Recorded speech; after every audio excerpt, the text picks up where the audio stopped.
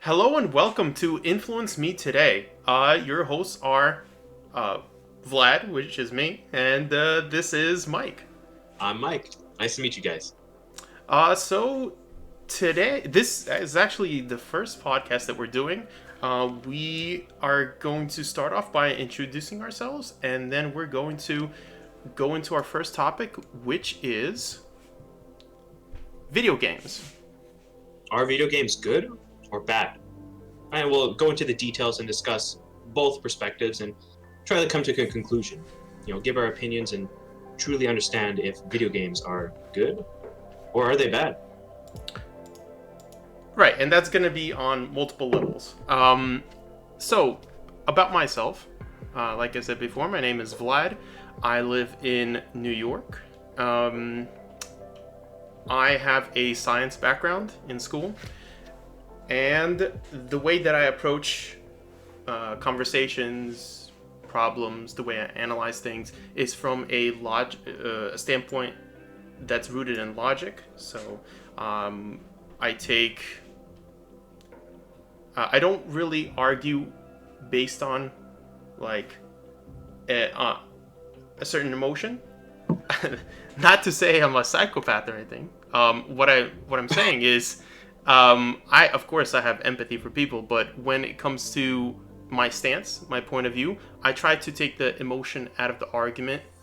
Of course, and then when it comes to my opinions, then I bring it back.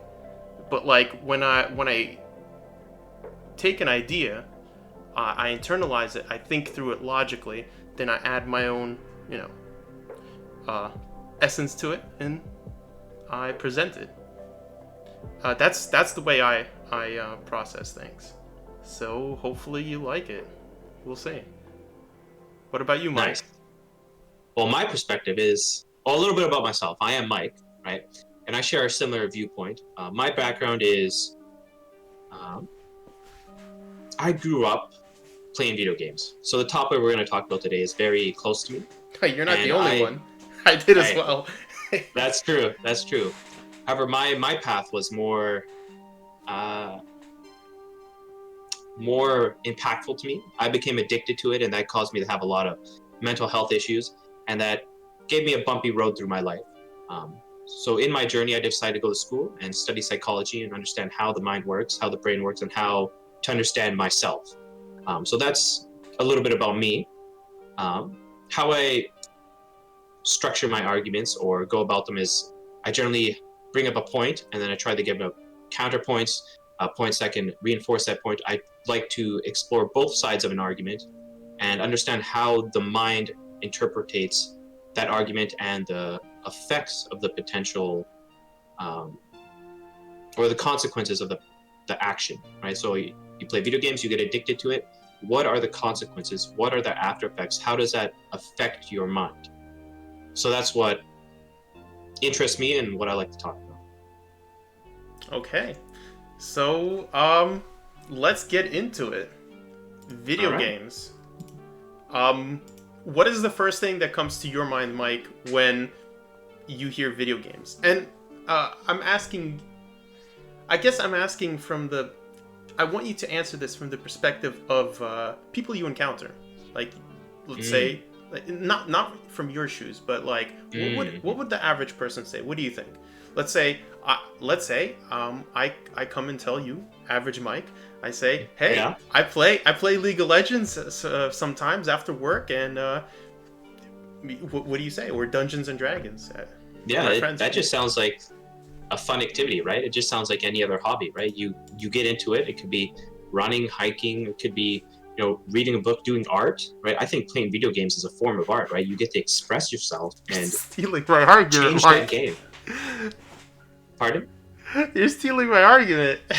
I'm stealing your argument. Oh, sorry. Well, what's your argument? Let's hear your opinion, Vlad. What is your opinion? Well, that was my opinion. Like, it's just another activity. But if I had to play devil's advocate, well, which is what I wanted you to do, I could play devil's advocate as well. I think that the average person, when, at least, not so much now that video games have become more mainstream, but if you look back 5-10 years ago, maybe even 5 years ago, if you came up to somebody on the street and you said, hey, you know, for whatever reason you strike up a conversation and you let it slip, you know, like I play World of Warcraft or something like that, they would look at you or have this I think idea of you that like, oh, you're one of those type of people, you don't really do much, you stay at home, you're antisocial, like because I feel like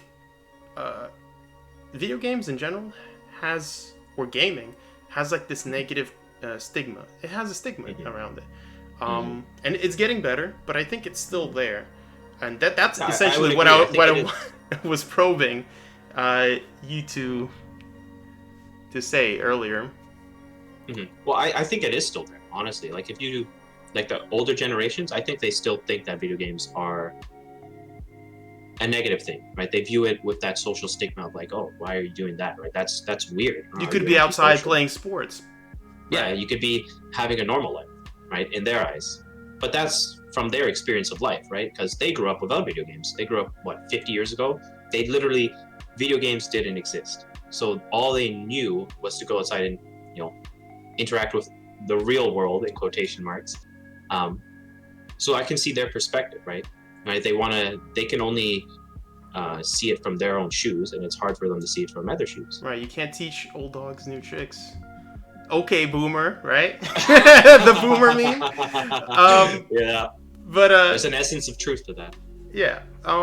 Yeah, but it is true. Like if you've been doing something, or you've been taught, or you've been brought up, or you've thought of a certain way for so long, it's just so ingrained in you.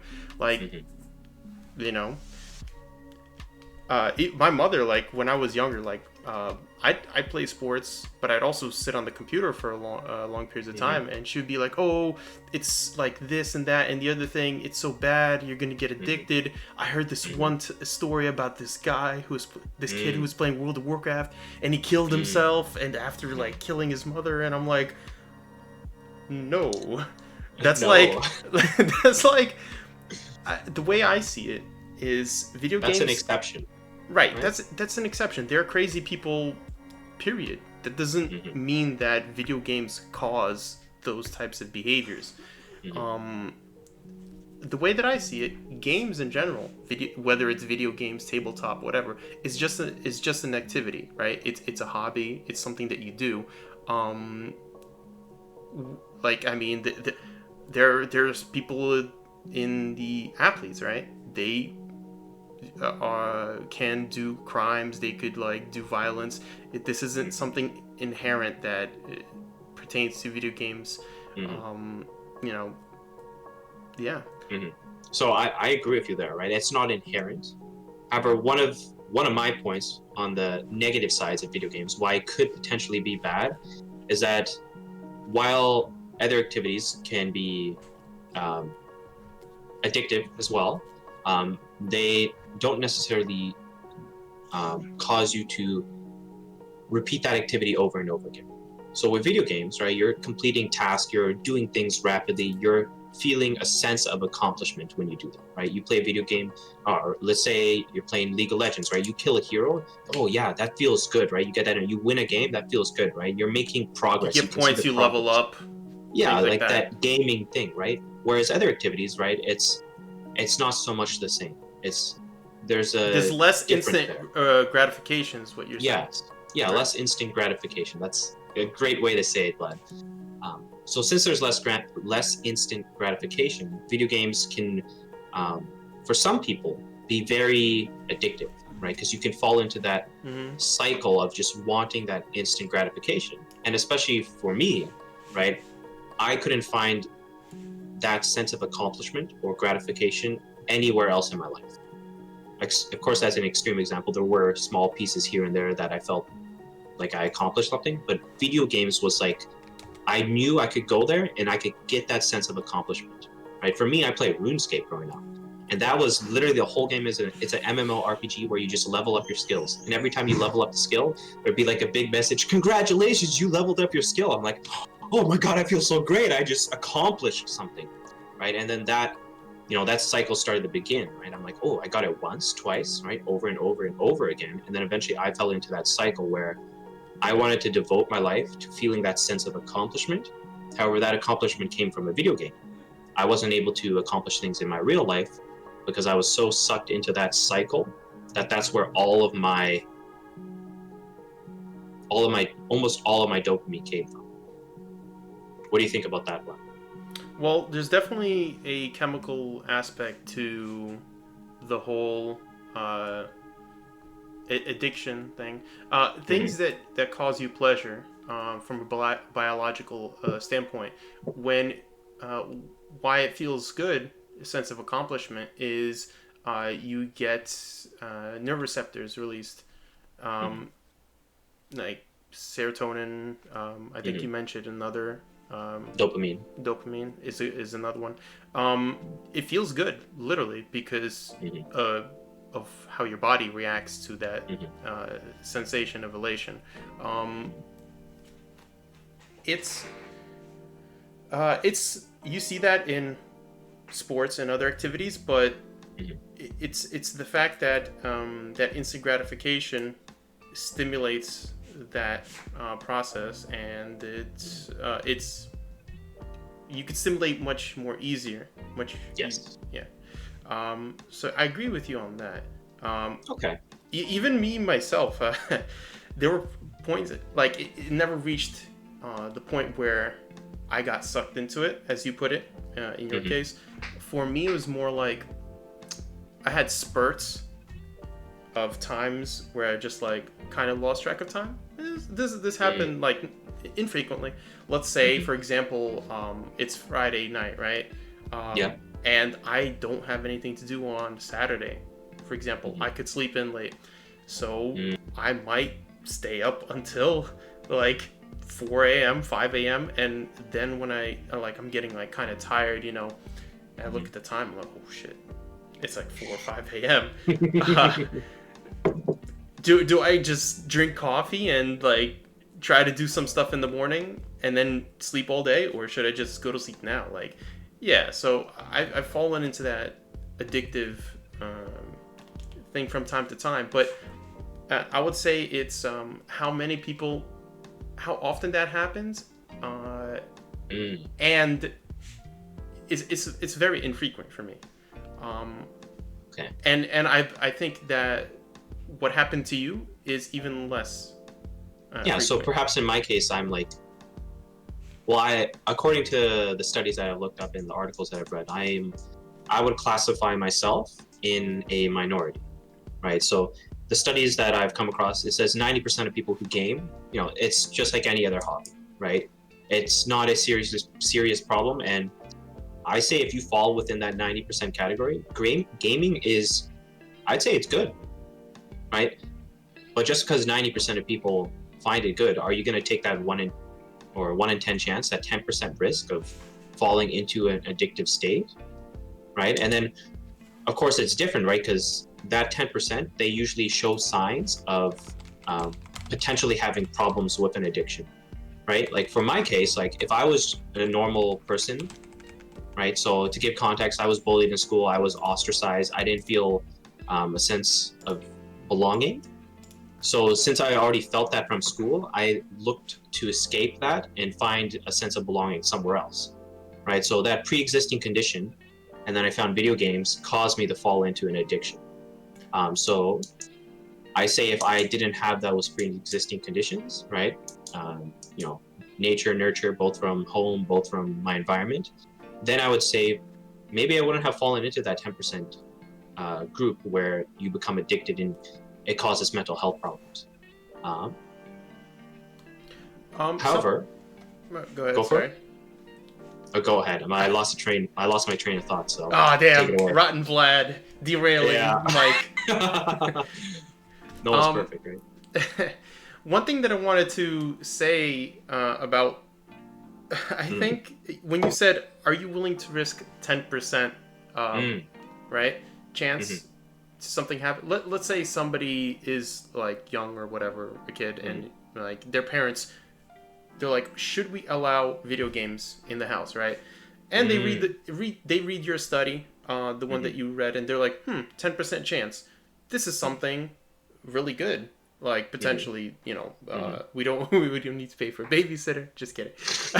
No, no, but actually, on that note, like, television used to be a substitute for a babysitter in some households. Like, they just pop the kid in front of the TV. Now it's computers. But what I was trying to say was that they like a parent would evaluate the risks associated with that, right? And they were like 10%. If he wants to do it, it's fine. I'll just keep an eye on him. If something happens, like, we'll put a stop to it. 10% is not that big a deal. Now, as opposed to other activities like sports, if we take a look at football, here it says Time magazine did a survey, something along those lines. It says there's a link between football and traumatic brain injury, right?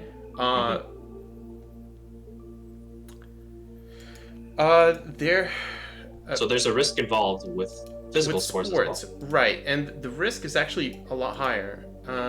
It says here, one of the largest studies on the subject to date finds that 110 out of 111 deceased NFL players had chronic traumatic encephalopathy, a degenerative brain disorder associated with repetitive head trauma. So if we take the percentage there, 110 over 111, that's 99%. That's 99% of all. So like. So it's of deceased football players. Yeah, but right? like, so why are they deceased? Did they die? Because that well, seems because like very... because they're not going to be able to open your brain and do a thorough investigation of this degenerative disease if you're living. Yeah, but what about all the football players that are alive, right? Well, when they die, they're going to fall into the 99%. This is what this study is saying. Because this specific study can't be done unless you're already dead. So they look at your brain compared to a normal human, and out of the 111, 110 of them had this signs of this degenerative brain disorder, like like more than enough overwhelming evidence. So you think sports? Oh yeah, like you go outside, you play, you throw football, whatever. But from this study here, it shows that like some physical sports have higher risk, right? Like, and this is taking like what, football, rugby, it's one of those higher risk sports, I would say. But even in like basketball, soccer, like baseball, all these sports also, I would think, is higher than 10%. If we looked at it. Potentially. Right. Because physical contact, right? If you're just playing basketball as a hobby, right? As video games, right? Because we have to make a clear distinction. This sounds like professional football players, right? After they've done this as a career, right? They've been battered up, they've been bruised up, they've suffered, right? And then after you examine their corpse, they're fucked up, to say, right? Because they've gone through so much trauma, physical trauma. And I could see how people who just play football casually, they don't have that physical impact, right? And therefore they don't have that trauma. Same with video games. People who play video games casually, right, may not have that trauma, but maybe professionals, right, if they devote so much time, stress, energy into video games, constantly practicing, that's going to have more severe effects on them. And those effects may not be physical because there's no, physicalness while you're moving your keyboard, your mouse, right, maybe your controller, or maybe your eyes, right? Because you're looking at screens all the time. That may have a negative, or it does have a negative effect on your eyes, right? It deteriorates your eyes because it's a screen, it's lights, you're staring at a thing that produces artificial light. But if you're a professional, the effects are going to be a lot more prominent, a lot more relevant, because you spend so much more time than somebody who does it casually. So I do agree, people who do something, who devote their life to it, they're going to be more susceptible to the potential harms of that activity. So I agree with the study there. And that applies to video games now too, I guess, because there are... It's becoming an esport. Right. It's esports is developing in every genre of video games. Mobile battle arenas, World of Warcraft, like different types of arenas. like World of Warcraft, League of Legends, all these video games. I guess to be good, you have to practice, and you have to practice every day and many hours. So you could get maybe carpal tunnel or some kind of eye strain, right? A fatigue due to lack of sleep, not eating. Like these are all potential problems. But I feel like we spent a lot of time on the negatives. Yes. What are some positives? So I think it, like, for me, like it's like when I recall my memories, right, and try not to judge them, I remember just in that moment I was enjoying them, right? I enjoy playing video games because they're fun, right? That dopamine hit you get, that's fun, right? The activity you do, you're getting accomplished, and just like the aesthetics, the way a game can look can just be so appealing, and it helps you get away from real life, right? Just like any other activity, you want to take a break from life and just, you know, be yourself, like be happy in the moment. And I think video games are pretty good at doing that. And then at the same time, with COVID and all this stuff going on right now, we can't really see each other in person. Video games give us a place to meet our friends or make new friends virtually, right? And therefore we don't have to have that risk of meeting people and, you know, transferring the virus and whatnot. So I think that's also a positive on the side of video games. Yeah. Do you have any other positives, Vlad? Oh, I have quite a bit of positives. Lay them on me.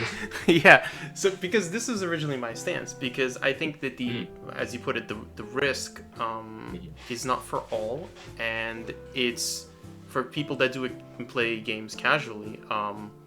There's less of a chance to get any negative things at all, possibly. So some of the positive things, let's see here. It's you could get, like, what's the best way to say it? You could gain real world experience, like real world skills. What kind of skills? I'm curious. Hold on. So you could get these skills from a safe place, because you don't have to go outside. Like risk body and mind out there in the comfort of your home. You could get these skills and experience, and what I'm talking about is not necessarily physical, because unless you're doing weightlifting while doing this, playing video games, but just for one thing, human interaction. You're talking to people, you're learning how to navigate in society, from people from different walks of life. It could be somebody on Wall Street playing a game of League of Legends, or a father or a grandfather, somebody that has seen some things in their life, and they'll tell you a story, and you learn from people just by talking. On top of that, you're developing motor skills, like reactions and hand-eye coordination a little bit, maybe not as much as in sports, but you're flexing your mental muscles, so to speak. So I think that's that's the biggest one that you can work on when you play video games, is your mental muscles. Yeah, so these are, like, especially games that have puzzles, or where you have to navigate via clues. There's a popular game now, Among Us. It has you think about it, like, well, if he was there, then he couldn't have done it. Like, if he was with him the entire time, he couldn't be the imposter. Like, it lets you, it helps you think through puzzles. Your brain develops more connections, things like that. You grow as a person. So these are all things video games could help you with, or games in general.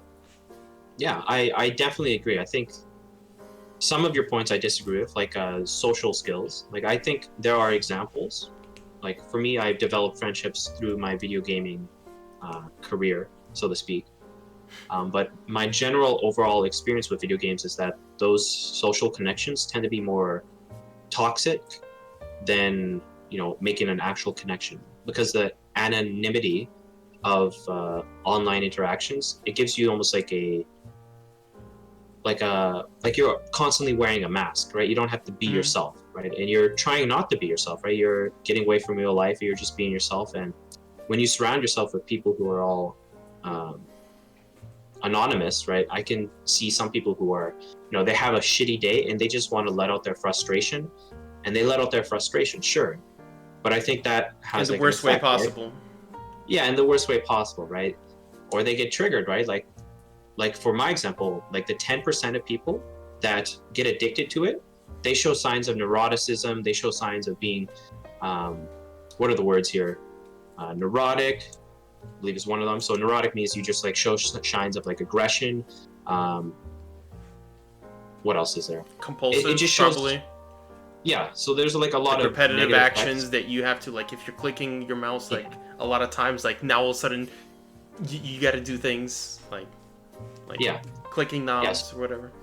Yeah, so those like depression and whatnot, like those 10% of people have it, and they're in that ecosystem of video games, right? And then those 10%, like they're like the vocal minority, right? So they spread that toxicity, and that toxicity can affect other people who are just wanting to play the game because they're having fun, right? But then they can pick up those toxic traits, and that becomes like the culture of the game. Like for League of Legends, right? I haven't personally played it in a while, but when I used to play, and from people I hear that play it today, it's a very toxic environment, right? And I'm curious where that environment came from. For those that don't really know what that means, can you elaborate more on what do you mean by when you say toxic, like toxic environment? Like poisonous? Like if I play this game, I'll die? Just elaborate a bit more, because like some people might be watching that don't know what that means. Yeah, so it's not like anthrax or, a nuclear explosion and the radiation kills you. Not toxic like that. It's more of like your attitude, right? So let's say in League of Legends, it's a 5 versus 5 game, 5 people on either side. They have particular champions, and they pretty much battle each other. There's more mechanics to that, but I don't want to go into the details. But you're playing with 5 other people. So there's 1 of you, 4 other people, and let's say your objective is to win, right? And let's say you have 2 people that are just, not having a good day, right? They're playing poorly. They're dying a lot to the opposing team. And that toxicity inside of you, like, oh, I want to win, instead of like being calm and relaxed and saying, oh, you died, sure, move on, that's okay. Right? You can be like, why the fuck did you die? Like, come on, bro, we're trying to win, right? And just like, of course, it's in text. There's not a lot of voice communication, but in some games, so this is like in chat, basically, right? Yeah, in chat, right? Like people can still pick up like the tone of your language, right? Depending on the words you use in it. I'm pretty sure it's more than that, right? Like, so I played League of Legends. Maybe I could help you elaborate on it. Yeah, go for it. Because I don't have much experience with League. Sure. So less on the game, but more of the way that people behave. Yes, there is a chat, and that's a way that you could set someone off, but I wouldn't say that's the main one.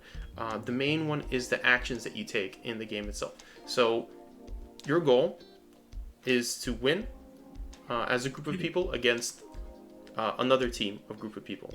Now, you could mute people, like the chat, so you don't see what they say.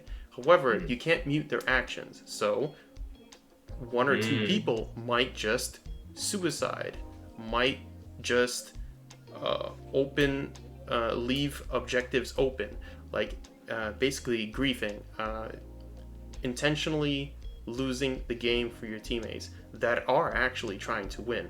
So when you're invested in a game and you're like, okay, I really want to beat these guys, whatever, you're emotionally invested, and then there's 1 or 2 people that are just, you see that they are intentionally ruining the game for you. And it's not fun for the opposite team, because it's not a challenge, right? Because essentially it becomes a 5 versus 3 game, or how people like to say 8 versus 3. So how would I imagine if somebody, if somebody's griefing, right, and you have a 5 versus 3, how would you react to somebody who is griefing, right? You'd probably be pretty pissed off at them, right? Right. Yeah. So that's what you meant by toxicity, and there are ways to curb this, but you can't escape it. That's just human nature. But I would say that it's only an issue in certain games. In others, Mhm. it's not an issue as much. Like Mhm. if you play card games like Hearthstone, it's a 1 versus 1, and Mhm. what are you gonna do? Like, there's Yeah. not, there's no chat, there's no way to like grief really Mhm. to Mhm. ruin it for the other person. Mhm. And So even if you do, right, you're not dragging people down with you, right? It's 1 versus 1. If you grief, right, you're throwing the game, and the other person's gonna win, right? the They're other gonna take person's that just as a gonna be win. like, yeah, it's a win. Let's instantly Yeah, move on to fucking some. move on, Right. right? So that's the beauty of one-on-one games. Um, However, I wanted to bring up like a really, really interesting thing you said, right? So when somebody is um, griefing, right? You're 5 versus 3. You notice that in their game style, right? The way they play, right? You can mute them. Maybe they're toxic. You mute them. Move on. Cool. But the way they act, right? You can pick up like, oh, they're just not helping. They're letting the objective go, et cetera, right? So one problem I've noticed, right? I play Dota myself, which is like another version of League. I've noticed that when I play a lot of video games, right, I pick up those patterns and I can like see them before they're about to happen, right? I pick up on small cues, right? And just by picking up on those small cues, I get inflared with emotion and I realize that, oh, they're about to grief. They're about to do this, right? I can see it, right? Maybe they just die once in their lane and that can set it off, right? That sets off my aggressive reaction. I'm like, yo, why the fuck are you feeding? Why are you wasting our time, right? That sets off my reaction when they just died. And maybe they just died not because they're grieving, because they were just having a bad time. So there's that hard part to distinguish the two when you're in the moment, right? Because these kind of games, they require you to be constantly focused, right, on your own activity in the game. You can't be paying attention to other people, right, or else you're gonna suffer your own performance, right? So you have to pick up on small cues, and just by somebody dying, that can make it feel like they're grieving when potentially they're not grieving. They're just having a bad time. So it's really hard to make a distinguishment between those two, and that's where like the toxicity can come from, right? Because it can just come from not from somebody grieving, but from having a bad time. And then when they feel that aggression, that toxicity thrown at them, then they want to grieve, right? Then it's a self-fulfilling prophecy at that point. It becomes a cycle. Yeah, Right. it becomes a cycle. And that's like, I feel like that's become the norm. That's the culture of League of Legends, Dota, these type of team games where not everybody performs perfectly all the time, right? People have bad days. People, right? Even in the NBA, right? Hockey, they have bad games, off days, right? But since, griefing is so prevalent and it just, I don't know how to solve it anymore, honestly. It just seems like it's in such a Well, are deep you? trench. Do you enjoy playing the game? So the game itself I enjoy, but the community around it, that ruins the experience. Right. So, but as a whole, right? Where are you in terms of your enjoyment and the ruining put together? How would you rate it on a scale of 1 to 10? Both incorporating both the enjoyment and the Sure. disappointment. So if I was to right? take it as if I was to take it as a whole, I think I would honestly probably a 4, a 5. It's honestly not that fun for me. I try to stay away from those games. So I'd and rather then you don't play those games.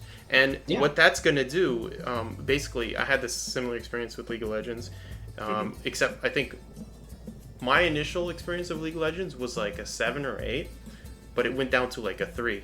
I 100% agree. The initial experience, the actual game itself, it's like, oh my god, this game is so fun, and that's why it has so many players. Right. And now what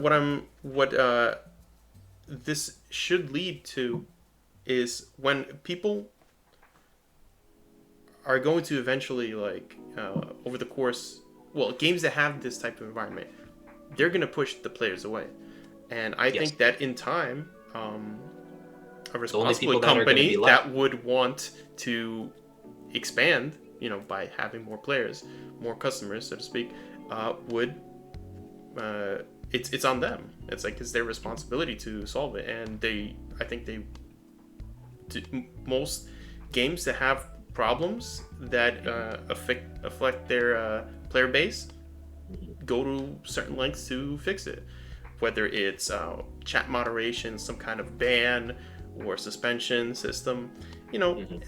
And it's not always the best, but hopefully in time that'll solve that, and we could all get to play the fun the games the way they were meant to be played. Like, so we get that 7, we get that 8 out of 10 experience. But until then, at least I'm not holding my breath, and I'm gonna do something that makes me happy as a whole.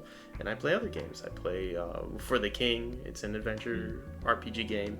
Dungeons & Dragons I picked up because of this whole COVID thing, and I'm enjoying that. That's a multiplayer thing. Nice. So yeah, like you're not limited to that one game. Like there's I 100%. There's like thousands of them, and whether it's multiplayer or single player, and that's the beauty of video games. Like there's only so many sports that you could do because it involves other people, unless it's like working out, you know, lifting weights, jogging, whatever.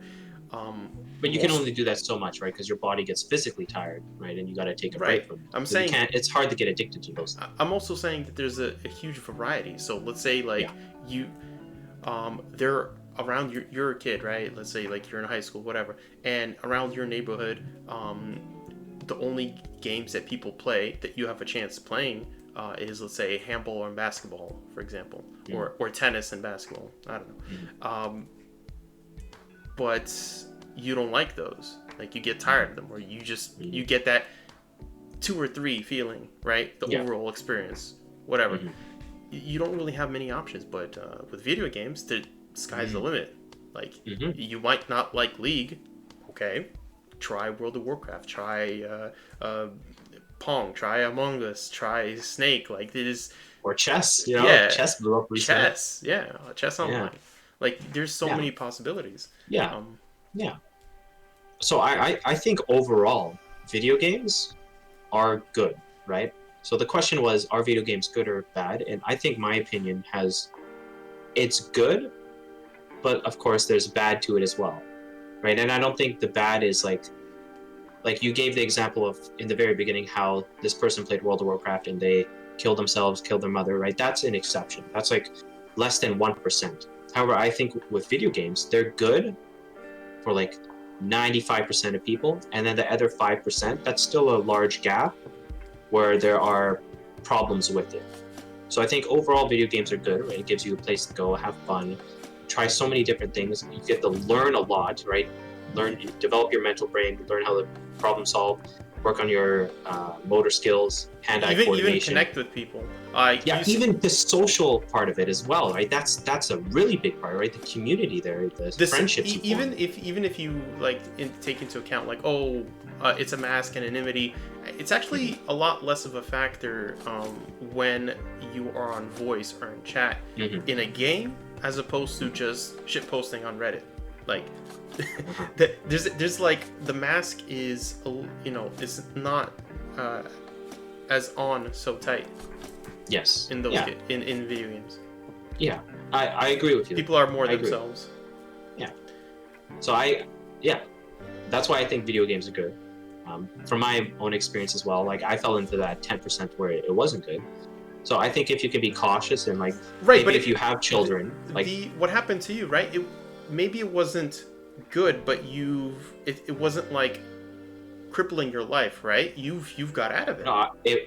I did get. But I'm saying it's not something permanent. Like you. It could have been though, right?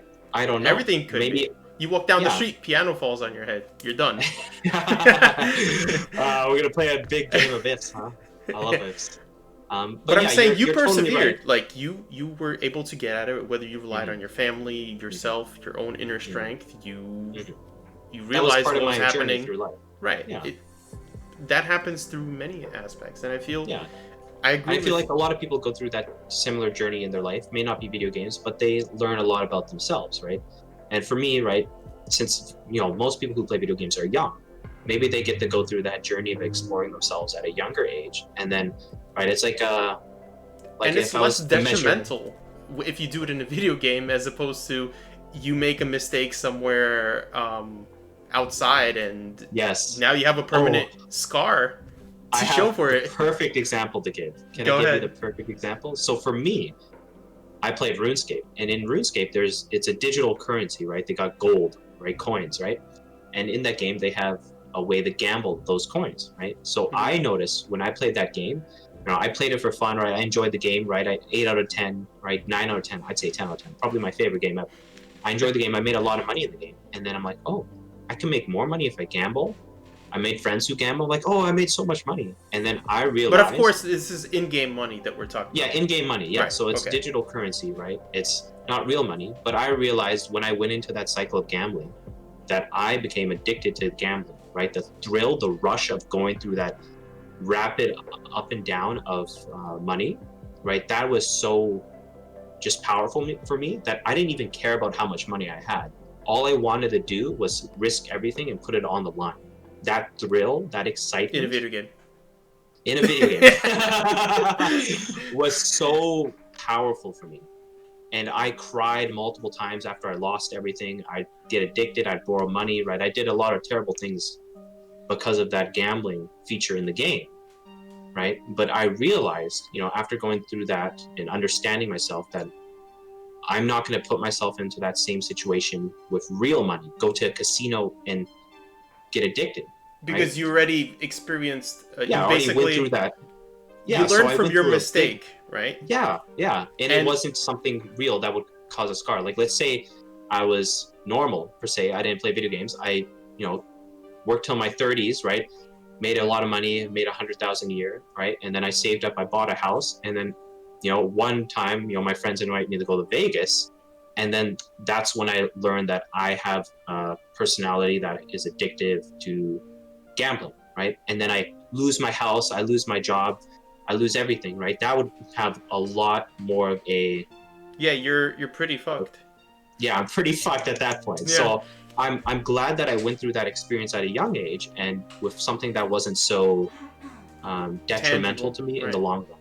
So I think that's also there's like a silver lining to the 10% of people who do fall into the category of being depressed, having anxiety, being neurotic from video games, right? And if they go through that learning experience of learning themselves and understanding themselves at a young age, then it's like a curve, right? Like you start off life slowly and then maybe you have a dip and then you start to pick yourself up and you go, and then your life just gets better because you're able to fully understand yourself at a younger age and instead of having these problems further in your life. But go ahead, Vlad. It's not necessarily at a younger age, but we tend to pick up video games when we're younger. But like the same could be said for you could still be in your 30s, but play whatever video game you played. RuneScape was it, or something else, and you're playing the game. You got the in-game currency, and you started gambling through whatever system they had in the video game that is similar to gambling, and you experienced it there in your 30s. Like it doesn't have to be young, it could be anyone. You make that mistake, but it's not as detrimental to your actual livelihood. So that's that point that you made, this point, it ties into the good thing that I was saying before, where I was saying you get real world experience without the having to consequences of the real world. Right. So like you get skills like leadership. Like when I used to play World of Warcraft, I used to be a guild leader. I used to I learned how to do scheduling, assigning people roles, doing calls. Like it was like shit, dude. Yeah, like we had objectives, like we coordinated with each other. So yeah, like there you get real world skills, and yeah, that sounds really good, actually. Right? Yeah, I think that it actually helped me with the way I address people, like in the workplace specifically, because I could talk. Can you give an example? I could talk because of that leadership role that I had in World of Warcraft. I was able to talk to people much older than me and give them and tell them what to do. It's like you have to. Your role in this encounter is to control these mobs, these creatures. if you don't do it, we're fucked. And like this person was like, at the time I was in like my early 20s or even maybe younger, 18, 19, and this guy was in his 30s or mid 30s or even early 40s, and like he's like, okay, I got it. And like it's just like it's not like I had something over him. It's just I was able to. He's like a cog in the machine. Yeah, and the thing is, people have younger people especially when they talk to older people, they kind of freeze up, they tense up. It's unnatural. But when you're in the workforce or workplace, you're all at that point. You're all pretty much adults, right? You're employees of the company, whatever. You speak, you address each other respectfully in a mature way. You know, and there's no pressure or anything. Like it's just like I was able to get that experience, and when I in the various jobs that I had, I was confident in the way that I spoke to my fellow coworkers. Like I was able to not stuttering, explain myself fully, thoroughly, and I have this confidence because I had that leadership role in the game. So yeah, that sounds a lot of real world applications that and skills that you pick up in video games. So let's bring this all to a close, because I think we've sure. So right. Vlad, why don't you give the positives, why it's good, and then I'll give the negatives and why you should be like a little more, lenient with video games. So go for it. Well, or how about we do the negatives first and we end on a good note. End it on a good note. There we go. Okay, there we go. My brain's thinking. All right. So the negatives, right? Right. It's a screen. You're looking at a screen, right? Eye strain. Take care of your eyes. Give yourself breaks, right? Look away for 20/20 rule. Look away for 20 seconds, 20 feet away. Give your eyes time to readjust, right? So do that every 20 minutes. That's what doctors say. So take care of your eyes, right? That's one of the downsides. Hydrate yourself. Yes, hydrate yourself, right? Because you can get sucked into the game. Let's sum it up, not expand on it. Yeah, so take care of yourself, right? Take care of yourself, right? Do it in moderation. Take care of your mental health. Because these things happen if you're playing a video game for a long period of time. And so that's just because you hear something on the news, right? Video games cause aggression. That's not the case. Generally, it causes aggression if they already have pre-existing conditions of being aggressive. Right, and that could happen to anyone in any sport or whatever. Yeah. So video games aren't the problem. They may exacerbate the problem. Okay. But the positives that's where the juice is. So give me the juice, Vlad. All right. So the major positives, actually, we just finished the whole thing about it. Well, let's sum it up. Yeah. So summing it up, you get real world experience, tangible things, skills, interactions with people. And this pertains to the COVID times. You don't have to. You can maintain social distancing while still meeting your friends and having fun without spreading the disease. True. That's a huge benefit. Another thing is, I